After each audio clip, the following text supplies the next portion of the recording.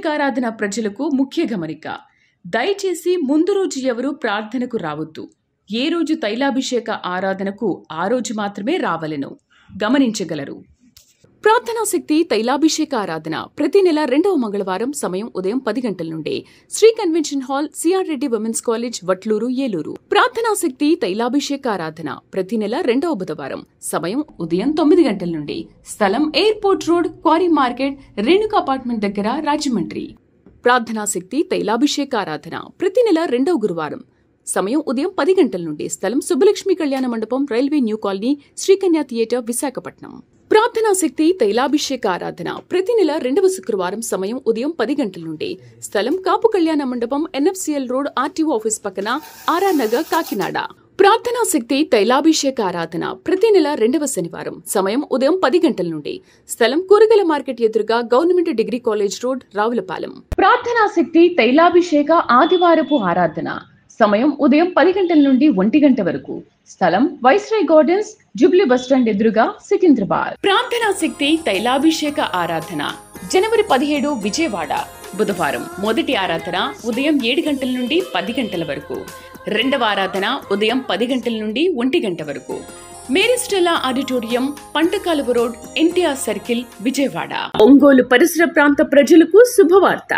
ప్రార్థనా శక్తి తైలాభిషేక ఆరాధన జనవరి 18 ఒంగోలు గురువారం ఉదయం 10 గంటల నుండి స్థలం A1 convention hall, old Guntur road, Ongole. Yesayya నామములో మీకు వందనాలు తెలియపరుస్తా ఉన్నాను. ఈ దినము కొరకు దేవుడు సిద్ధపరిచిన వాగ్దానాన్ని మనం స్వాధీనపరచుకుందాం. పరిశుద్ధ గ్రంథంలో నుండి ఇర్మియా గ్రంథము 33వ అధ్యాయం 14 వచనం ద్వారా ప్రభు మీ కుటుంబాన్ని దర్శిస్తూ ఉన్నారు. ప్రభువా నాతో మాట్లాడు, నన్ను దర్శించని మీరు ప్రార్థిస్తూ ఉన్నారు. మీ ప్రార్థన దేవుడు ఆలకించి పరలోకం నుండి గొప్ప వాగ్దానాన్ని ప్రభు మీకు అనుగ్రహిస్తూ ఉన్నారు. ఇర్మియా గ్రంథం 33వ అధ్యాయము 14 వచనం నోట్ చేసుకోండి. నేను చదువుతున్నాను, నాతో మీరు కూడా చదవటానికి ప్రయత్నం చేయండి. యెహోవాకు ఇదే, ఇశ్రాయేలు వంశస్థులను గూర్చి, యూదా వంశస్థులను గూర్చి నేను చెప్పిన మంచి మాట నెరవేర్పు దినములు వచ్చుచున్నవి. ఈ దినము దేవుడు నీకు ఇచ్చేటువంటి వాగ్దానము. ఈ 14 వచనంలో 3వ లైన్ అండర్లైన్ చేసుకోండి. నేను చెప్పిన మంచి మాట నెరవేర్చు దినములు వచ్చుచున్నవి. నేను చెప్పిన మాట నెరవేర్చు దినములు వచ్చుచున్నవి అని దేవుడు మీకు వాగ్దానాన్ని ప్రకటిస్తూ ఉన్నాడు. ప్రభువారు మీకు మంచి మాట చెప్పారు కదా, నేనున్నాను, నేను చేస్తాను, ఏడవకు, నేను ఇస్తాను, నేను నీతో ఉన్నాను, నిన్ను చేయి పట్టుకుని నడిపిస్తాను, నిన్ను స్వస్థపరుస్తాను, నువ్వు అడిగిన గృహం ఇస్తాను, నువ్వు అడిగిన తలాంతులు ఇస్తాను. ఎన్నో వాగ్దానాలు నీకు చెప్పారు కదా. రహస్య స్థలాల్లో ఉన్న ధనాన్ని నీకు ఇస్తానని చెప్పారు కదా. అవన్నీ కూడా నెరవేరే దినాలు వచ్చేసినాయి. నువ్వు అనుకోవచ్చు, ఎన్ని వాగ్దానాలు ఉన్నాయి నా దగ్గర, ఎప్పుడు నెరవేరుతాయి, ఎప్పుడు ఈ ప్రామిసెస్ అన్నీ కూడా ఎప్పుడు ఫుల్ఫిల్ అవుతాయి, ఎలా ఫుల్ఫిల్ అవుతాయి, ఎవరు వచ్చి చేస్తారు, ఎన్ని జరుగుతాయా అని కొన్ని సమయాల్లో అవిశ్వాసంలోకి వెళ్తున్నావు కదా. అందుకే దేవుడు ఈ దినము నీకు ఒక ఉన్నతమైనటువంటి ఆత్మ సంబంధమైన సిగ్నల్ ఇచ్చేస్తూ ఉన్నారు. ఇంకా గొప్ప మాట ఏంటంటే, ఆల్రెడీ ఫుల్ఫిల్ అయ్యే డేస్ వచ్చేసినాయి. అందుకనే నీకు కొన్ని అక్కడక్కడ శుభప్రదమైన మాటలు, కొంచెం పాజిటివ్గా వెళ్ళవలసినటువంటి ఆలోచనలు నీకు వస్తూ ఉన్నాయి. కొన్ని నీకు ఎదురయ్యేటువంటి సంకేతాలు కూడా, ప్రజల నుండి వచ్చే మాటలు, అన్ని విషయాల్లో కూడా దేవుడు నీకు ఇచ్చిన మాట నెరవేరే దినాలు వచ్చినాయి కనుక అన్నీ సమకూడి జరిగే సమయం ఆసన్నమైంది. ఇక మీదట ఉన్నతమైన సాక్ష్యము నువ్వు చెప్పబోతూ ఉన్నావు. దేవుడిని అడిగేవు కదా, నాకు బిడ్డ కావాలి, నా మగబిడ్డ కావాలి, లేకపోతే ఆడబిడ్డ కావాలి, ఇల్లు కావాలి, ఉద్యోగం కావాలి, నా ఇల్లంతా రక్షించబడాలి, నా ఇంటి యజమానుడు రక్షించబడాలి, లేదా నా బిడ్డ మంచి ఉద్యోగం చేయాలి, నాకు జాబ్ లేదు, లేదా నా బిడ్డకు జాబ్ కావాలి, ఇది కావాలి, అది కావాలి, ఎన్నో రకాలు అడుగుతూ ఉంటే నేను అది ఇస్తాను, ఇది ఇస్తాను, నేనున్నాను, భయపడకని వాగ్దానం చేసిన వాగ్దానాలు ఎన్నో ఉన్నాయి. అవన్నీ కూడా దేవుడు ఈ దినము నీకు ఇస్తున్న మాట ఏంటంటే, వాటన్నిటిని బట్టి నీ పట్ల ఆయన ఇచ్చిన మంచి మాట నెరవేర్చు దినములు వచ్చుచున్నవి. దేవునికి మహిమ కలుగును గాక. ఇక బలమైన వర్తమానం చెప్పబోతూ ఉన్నాం. గుడ్ న్యూస్ చెప్పబోతున్నావు. నువ్వు ఏ సంఘానికి వెళ్తున్నావో, ఏ ప్రాంతంలో ఉన్నావో, నీ బంధువుల మధ్య, నీ సంఘ పరిచర్య మధ్య, మీకు దగ్గరగా ఉన్నటువంటి ప్రాంతంలో ఏ ప్రార్థన మందిరంలో ఉన్నా సరే, అక్కడ ఏ ప్రార్థన మందిరం ఉన్నా అక్కడికి కూడా వెళ్ళి నువ్వు బలముగా సాక్ష్యం చెప్పబోతూ ఉన్నావు. ఎందుకంటే దేవుడు ఆయన ఇచ్చిన వాగ్దానం నెరవేర్చే దినాలు నీకు వచ్చినాయి. దేవునికి మహిమ కలుగును గాక. ఇక అన్నీ కూడా శుభప్రదంగా జరిగేటువంటి సమయం ఆల్రెడీ స్టార్ట్ అయిపోయింది కనుక ఆ నెరవేర్పు దినాన్ని చూసి ప్రభువుని స్తుతిస్తావు, దేవుని సాక్షిగా వర్ధిల్లుతావు. ఆత్మ తోడుండును గాక. God bless you. పరిశుద్ధ గ్రంథం మనం చూస్తూ ఉన్నప్పుడు అపోస్తలుల కార్యాల గ్రంథము దేవుడు బలమైన మాటను మనకి అనుగ్రహిస్తూ ఉన్నాడు. 12వ అధ్యాయంలో ఇక్కడ పేతురు చెరసాల్లో బంధించబడిన మాటలు ధ్యానం చేయడం జరిగింది. అందులో 2వ సెక్షన్ మనం ఈ దినాన్ని మనం ధ్యానం చేసుకుందాం. అందరూ బైబిల్ ఉన్న వారు తెరవండి. అపోస్తలుల కార్యాల గ్రంథం 12వ అధ్యాయము. 12వ అధ్యాయం మనం చూస్తున్నప్పుడు 7వ వచనం, ఇదిగో ప్రభువు దూత అతని దగ్గర నిలిచెను, అతడుండిన గదిలో వెలుగు ప్రకాశించెను. దూత పేతురు ప్రక్కన తట్టి త్వరగా లెమ్మని చెప్పి అతని లేపగా సంకెళ్ళు అతని చేతుల నుండి ఊడిపడెను. అప్పుడు దూత అతనితో, నీవు నడుము కట్టుకుని చెప్పులు తొడుకోమనెను. అతడలాగు చేసిన తరువాత దూత నీ వస్త్రము పైన వేసుకుని నా వెంబడి రమ్మని అతనితో చెప్పెను. అతడు వెలుపలికి వచ్చి దూత వెంబడి వెళ్ళి దూత వలన జరిగినది నిజముగా జరిగినని గ్రహింపక తనకు దర్శనము కలిగినని తలంచెను. దేవునికి మహిమ కలుగును గాక. హల్లెలూయా. గట్టిగా హల్లెలూయా చెప్పండి. ఇంకా గట్టిగా హల్లెలూయా చెప్పండి. పేతురు అనేటువంటి దేవుని సేవకుడిని చెరసాలలో పెట్టడం జరిగింది. పేతురు చెరసాలలో 2 సైనికుల మధ్య నిద్రపోతూ ఉన్నాడు. చూడండి, ఆ మనుషుడి కొరకు సంఘము ప్రార్థన చేస్తూ ఉంది. సంఘము అత్యాశక్తితో ప్రార్థన చేస్తూ ఉంది. ఈ ప్రార్థనా శక్తి జైల్లో ఉన్నటువంటి, చెరసాల్లో ఉన్నటువంటి పేతురు దగ్గరికి దేవుని దూత శక్తిగా దిగి వచ్చింది. దిగి వచ్చి పేతురు నిద్రపోతున్నాడు. పేతురు కుడివైపున ఎడం వైపున సైనికులు ఉన్నారు. పేతురు ఏం చేశాడంటే మనసంతా చెదిరిపోయింది. జైల్లో ఉన్నప్పుడు మనసు చెదిరిపోతుంది. ఎక్కడున్నా మనసు చెదిరిపోదు. కానీ ఎటువంటి వ్యక్తి అయినా సరే ఒక చెరలోకి వెళ్ళినప్పుడు మానసికంగా కృంగిపోతాడు. అందుకని ప్రభుత్వం ఏం చేస్తుందంటే చెరలో వేసేస్తాం అని చెప్తా ఉంటుంటారు అనమాట. ఏదైనా ప్రభుత్వానికి, సమాజానికి విరుద్ధమైన కార్యాలు, రాజ్యాంగాన్ని లేకపోతే మనకున్నటువంటి నిబంధనలు ఉల్లంఘించినప్పుడు మనల్ని జైల్లో పెడతా ఉంటారు. ఎందుకంటే మనిషికి ఒక చెర, ఒక భయం మనకు కలుగజేస్తుంది. ఇక్కడ పేతుర్ని జైల్లో పెట్టడం జరిగింది. ఎందుకు పేతుర్ని జైల్లో పెట్టారంటే యేసు ప్రభు గురించి ఆయన బోధిస్తూ ఉన్నాడు. హల్లెలూయా. పేతురు సువార్త చేస్తూ ఉన్న సమయంలో యేసు గురించి బోధించొద్దని చెప్పి ఒక జీవో పాస్ అయిందప్పుడు, ఎక్కడ యేసు నామములో ప్రార్థనలు జరగకూడదన్నప్పుడు ప్రార్థన జరిగిస్తున్నాడని చెప్పి పేతుర్ని జైల్లో పెట్టడం జరిగింది. ప్రియులరా, పేతురు జైల్లో ఉన్నప్పుడు సంఘము ప్రార్థిస్తూ ఉంది. అయితే పేతురు జైల్లో ఉండగా దేవుని దూత జైల్లోకి వచ్చేసింది. ఆ చెరలో ఉన్నటువంటి గదిలోకి వచ్చింది దేవుని దూత. వచ్చి ఏమంటున్నాడో దేవుని దూత చూడండి. అపోస్తలుల కార్యాల 12వ అధ్యాయము 7వ వచనం మనం చదివితే, ఇదిగో ప్రభువు దూత, మామూలు దూత కాదు, ప్రభువు దూత అతని దగ్గర నిలిచెను. అతడుండిన గదిలో వెలుగు ప్రకాశించెను. చూడండి, దేవుని దూత ప్రార్థన సంఘము చేస్తా ఉంది. మనం ఎక్కడ ప్రార్థన చేస్తున్నామో, ఎవరి కొరకు ప్రార్థిస్తున్నామో వారి మీదకి దేవుని వెలుగు దిగి వస్తుంది. నీవు నీ భర్త కొరకు ప్రార్థిస్తున్నావు, నీ కుటుంబం కొరకు ప్రార్థిస్తున్నావు, నీ బిడ్డల కొరకు, ఎవరెవరి కొరకు ప్రార్థిస్తున్నావో రక్షించమని దేవుని వెలుగు వారి మీద ప్రకాశిస్తుంది. మనం ఎవరిని బలవంతంగా నడప అవసరం లేదు. ఎవరికి బలవంతంగా సువార్త చెప్పనవసరం లేదు. ప్రియులరా, ఎవరి కొరకైనా మనము మౌనముగా ఉండి దేవుని సన్నిధిలో ప్రార్థిస్తే ప్రార్థనా శక్తి ఆ కుటుంబాన్ని దీవెనగా మారుస్తుంది. హల్లెలూయా, హల్లెలూయా. మీరు బలవంతంగా ఎవరిని చర్చికి రమ్మని పిలవనవసరం లేదు.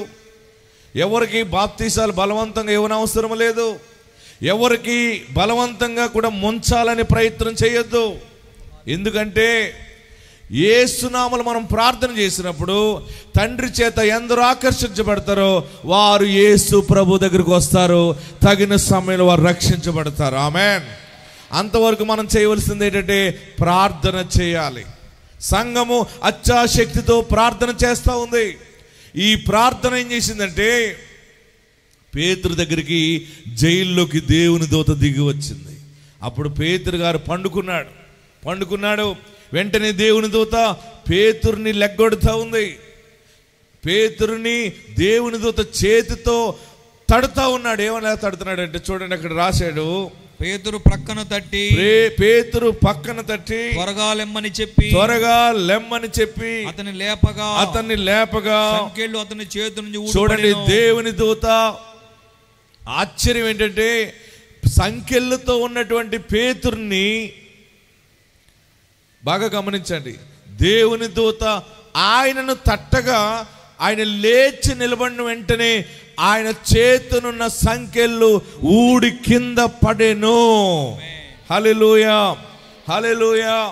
2024లో పరిశుద్ధాత్ముడు నీకు ఇస్తున్న మాట ఏంటంటే పరిశుద్ధాత్మ శక్తి ద్వారా నువ్వు ఏ విషయంలో బంధించబడ్డావో నీ చేతి సంకెళ్ళు ఊడి పడును గాక. నీ చేతుల కష్టము ఎక్కడ బంధించబడిందో, నీ ధనము ఎక్కడ బంధించబడిందో, ఏ పనులు ఆగిపోయినాయో అవన్నీ విడుదల కలుగును గాక. హల్లెలూయా. పేతురు దిగ్గున లేచాడు.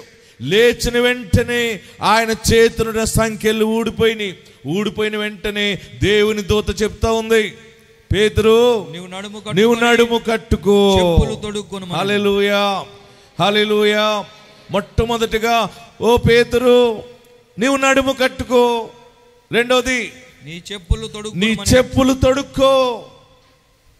మూడవది అతడు అలా చేసిన తర్వాత దూత నీ వస్త్రము బాగా గమనించండి, నీ వస్త్రము పైన వేసుకో, నా వెంబడి రమ్మని అతనితో. నాలుగవది నా వెంబడి రా. మొట్టమొదటి అంశం గుర్తుపెట్టుకోండి. రెండో అంశంలోకి వెళ్దాం అనుకున్నాను కానీ పరిశుద్ధాత్ముడు ఈ మాటలు మీకు బోధించమని నాకు బయలుపరుస్తూ ఉన్నాడు.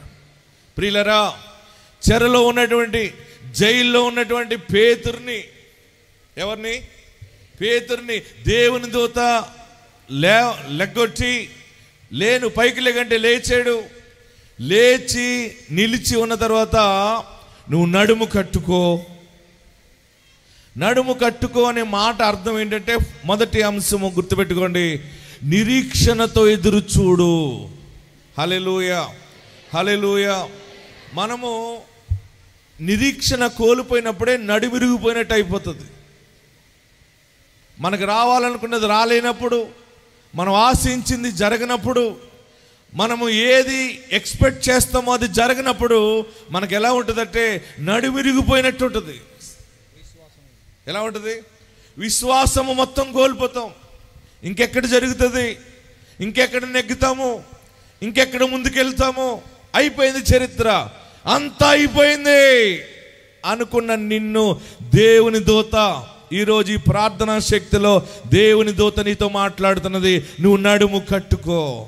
అంటే నువ్వు మంచి కార్యాలు జరగబోతున్నాయి, విశ్వాసముతో నిలబడు అని దేవుని ఆత్మ చెబుతావు. నా చేయి దాటిపోయింది నా బిడ్డ, నా చేయి దాటిపోయాడు నా బిడ్డ, నా కొడుకు. వ్యాపారం నా చేయి దాటిపోయింది, అన్నీ నా చేయి దాటిపోయినాయి, నేను ఎందుకు పనికిరాను, అయిపోయింది నా చరిత్ర అనుకుంటున్నా. నీవు విశ్వాసముతో నడుము కట్టుకుని నిలబడి చూడు, దేవుడు ఘనమైన కార్యములు నీ ఎడల జరిగించనై ఉన్నాడు. హల్లెలూయా, హల్లెలూయా. నడుము కట్టుకో అన్నప్పుడు పేతురు అది కల అనుకుంటున్నాడట.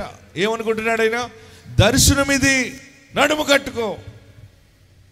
సంబంధాలు కుదరక ఒక పెళ్లి సంబంధం వచ్చిందనుకోండి, అప్పుడు ఆ ఇంట్లో ఆ పెళ్లి కూతురు తండ్రి తల్లి వారి నడుము ఎలాగుంటుంది? పెళ్లి కూతురు తల్లి తల ఎలా ఉంటుంది? పెళ్ళోళ్ళు వస్తున్నారు అనేటప్పటికి అప్పుడు రెడీ అవుతుంది.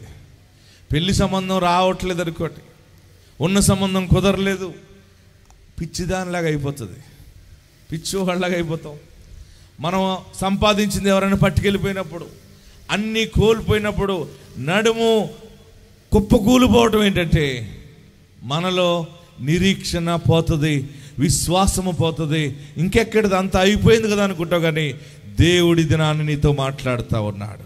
చెరలో నుండి ఉన్న నీవు మొదటగా నీవు నడుము కట్టుకోవాలని దేవుడు మాట్లాడుతున్నాడు. అంటే నీవు మంచి జరుగుతుందని చూడు, పాజిటివ్గా ఆలోచన చెయ్యి. ఇంకెక్కడ నాకు పిల్లలు పుడతారని అనుకుంటామేమో, ఆత్మకార్యము 2024 అందరు అప్పులు తీరుతాయి, గర్భఫలాలు కలుగుతాయి, శుభకార్యాలు జరుగుతాయి, అన్ని శుభలేఖలు ఇక్కడ పట్టుకొస్తారు. మీరు ఆనందముతో కేకలు వేసి దేవుణ్ణి కనపరచబోతున్నారు. నమ్మిన వారందరూ చప్పటి కొట్టి ప్రభుని స్తుతించండి. భయపడకండి, జడియకండి, యేసు మీ పక్షముగా ఉన్నాడు. యేసయ్య కృప ఆవరించి ఉన్నది. ఎక్కడెక్కడ ఎవరికి రోగాలు వచ్చినా దేవుడు నీకు తోడై ఉన్నాడు, నీ ఇంటికి తోడై ఉన్నాడు. ఆయన నిన్ను కదలనివ్వడు, నిన్ను ఆయన పాడు చేయడు, ఆయన నిన్ను పర్వతాల మీద పెడతాడు. 2024 వాగ్దానం ఏంటంటే, నిన్ను కొండ మీద మరలా తిరిగి కడతాను, యథాప్రకారము నివాసులుగా ఉండేటువంటి నివసించే స్థలముగా దాన్ని మారుస్తానన్నాడు. అంతా పాడైన, మానసికంగా కుమిలిపోయిన నీతో ఈ ప్రార్థనా శక్తి నుండి దేవుడు మాట్లాడుతున్న మాట ఏంటంటే, నువ్వు మరలా తిరిగి కట్టబడతావు. నీవు నడుము బిగించుకో. నా రోగం ఇంక అయిపోయింది, ఇంక నేను చూడనేమో, పోయే రోజులే కానీ వచ్చే రోజులు కాదనుకుంటావేమో. లేదు లేదు, పోయే రోజులన్నీ పోయినాయి, వచ్చే రోజులన్నీ వాగ్దాన నెరవేర్పు దినాలే నువ్వు చూస్తావు. 100% చూస్తావు. 100% వాగ్దాన ఫలం గురించి ఎలుగెత్తి సాక్ష్యం ఇస్తావు. దేవుని సాక్షిగా ఉంటావు. భయపడవలసిన పని లేదంతే. నడుము కట్టుకో పేతురు అంటే నడుము కట్టుకున్నాడు. ఎస్, వెంటనే ఏమన్నాడో తెలుసా దేవుని దూత? అక్కడ ఏమన్నాడు? చెప్పులు తొడుక్కో. చెరలో చెప్పులు తీసేసాడు ఆయన. ఎందుకంటే ఇంకా నడకలేనప్పుడు ఇంక చెప్పులతో పని లేదని చెప్పులు తీసేశాడు. బాగా గమనించండి, దేవుని దూత ఎవరో చెప్పులు పట్టుకొచ్చి పెట్టలేదు అక్కడ. చెప్పులు దేనికి సాదృశ్యం అంటే మరలా విజయవంతమైన నడకకు సూచన చెప్పులు. ఆమేన్, హల్లెలూయా. ఇది నా కొరకే దేవుడు మాట్లాడాడు అన్నవారు గట్టిగా చప్పట్లు కొట్టి ప్రభుని స్తుతించాడు. జోళ్ళు, చెప్పులు సమాధానముతో సిద్ధపరచబడిన నడక దేవుడు నీకు ఇవ్వబోతా ఉన్నాడు. ఇక నీవు అడుగులన్నీ కూడా ఒక అడుగు పైకేస్తావు. కొండ మీదకి దేవుడు నెక్కిస్తాడంతే. కొండ మీద నుంచి పడిపోయావు కదా. మేమండి ఒకప్పుడు ఇలాగుండేవాళ్ళం అండి అన్నావు కదా. మా తాత ఎలాగా, మా ముత్తాత ఎలాగా, మేము అంత మేడ ఉండేది, అంత ఆస్తి ఉండేది, ఈరోజు మా బ్రతికేలాగా అయిపోయింది, కింద పడిపోయావు అన్నావు కదా. పడిపోయిన నిన్నే మరలా ఓడగా దేవుడు నిలబెడుతున్నాడు.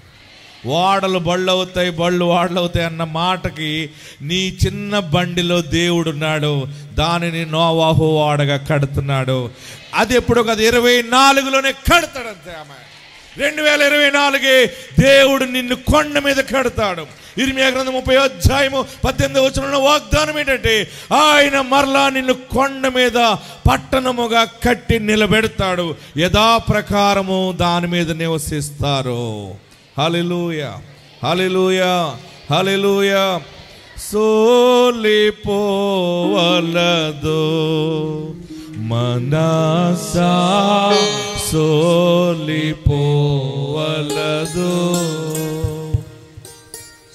సోలిపోవలదు మనసా, సోలిపోవలదు. నిన్ను గని పిలచిన దేవుడు విడచిపోతాడా? సోలిపోవలదు మనసా, సోలిపోవలదు. నిన్ను పిలిచాడు ఆయన. మాట్లాడదాం. సోలిపో పోవలదు మనసా ఓలిపోవలదు. హల్లెలూయా హల్లెలూయా. నేనున్నాను, మీరు నోట్ చేసుకోండి. ఒక వాగ్దానం చేయబడిన ప్రవక్త ద్వారా దేవుడు మీతో మాట్లాడుతున్నాడు. 2024 100% విజయము సాధిస్తారు. 2024 దీవించబడలేదంటే అది ఇంకా వేరేగా ఉంటుందంతే. మీరందరూ దీన్ని పట్టుకోండి, పరిశుద్ధతను పట్టుకోండి, దేవుని వాగ్దానాన్ని పట్టుకోండి, బలమైన విశ్వాసం ఉంచండి. మరలా డిసెంబర్ జనవరిలో నీ సాక్ష్యము కొండలు బద్దలాసేలాగా ఉంటుంది అనమాట. అంత బలమైన పవర్ఫుల్ వర్డ్ నీ నోటంపడు వస్తూ ఉంది. శూన్యమైపోయిన నా బ్రతుకుని దేవుడు నిలబెట్టాడంటావు. ఈ దినాన్ని నేను ప్రకటిస్తున్నాను, మీరందరూ బారులు తేరుతారు సాక్ష్యం చెప్పడానికి తొందరలో. మీరు భయపడకండి.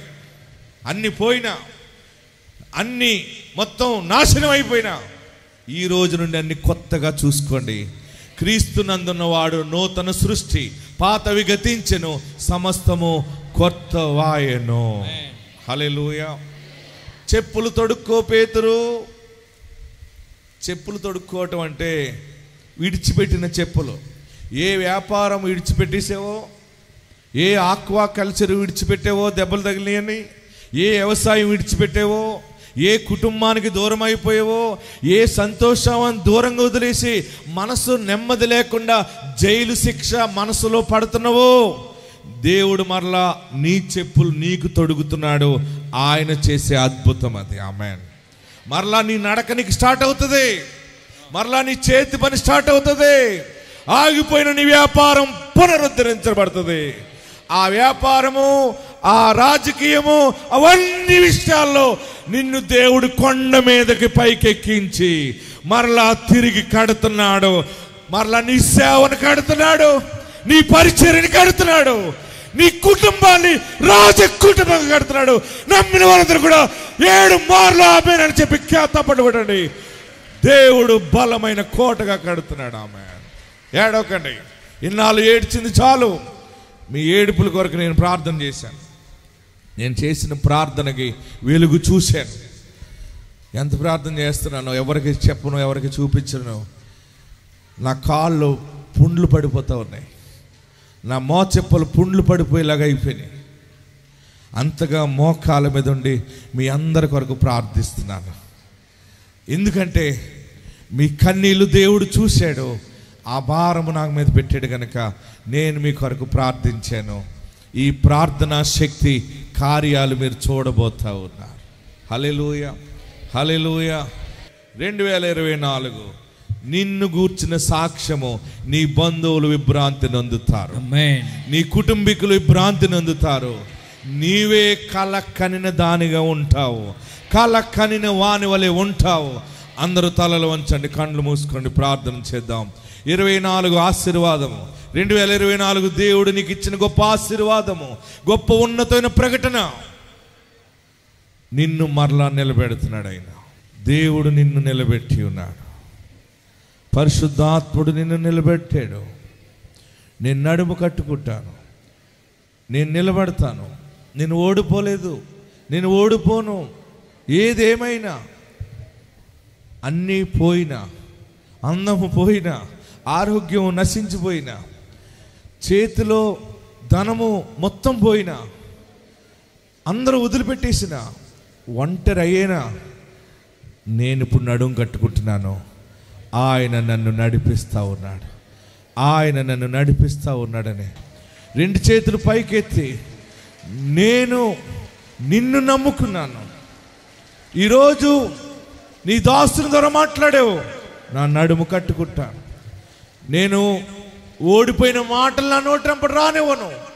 విజయవంతమైన మాటలు మాట్లాడతాను. విజయానికి నేను అడుగులేస్తాను. కొండ పైకి ఎక్కుతాను. హల్లెలూయా. ఏడుస్తున్నావా? నెమ్మది లేదు. ఈ మాటలతోటి నేను ఓదార్చబడ్డానని అనుకుంటావా?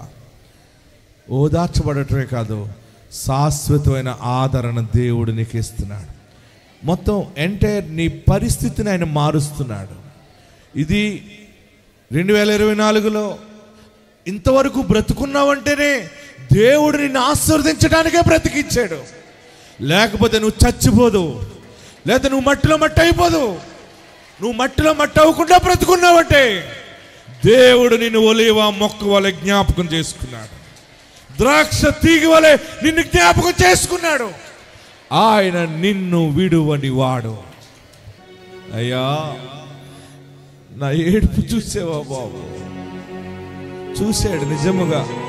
నువ్వు ఒంటరిగా ఉండి ఏడుస్తున్నావు కదా, పని చేసుకుంటూ ఏడుస్తున్నావు, నీవు నీలా ఉండలేకపోతున్నావు. అందుకనే పండుకున్నప్పుడు సడన్ గా ఆ కష్టం నీకు గుర్తొచ్చినప్పుడు, ఆ పరిస్థితిని కళ్ళ ముందు పడినప్పుడు దిగ్గున లేచి హడిలిపోతున్నావు కదా. ఏమైపోతుంది, ఏమైపోతుంది, నేనేమైపోతాను అని ఏడుస్తున్నావు కదా. ఆయన నీ పక్షముగా ఉన్నాడు, ఆయన నీ పక్షముగా ఉన్నాడు, యేసు నీ పక్షముగా ఉన్నాడు. వారి కోరికలు 100% సఫలం చేయండి. యేసు నామములో అడుగుచున్నాము తండ్రి, ఆమేన్.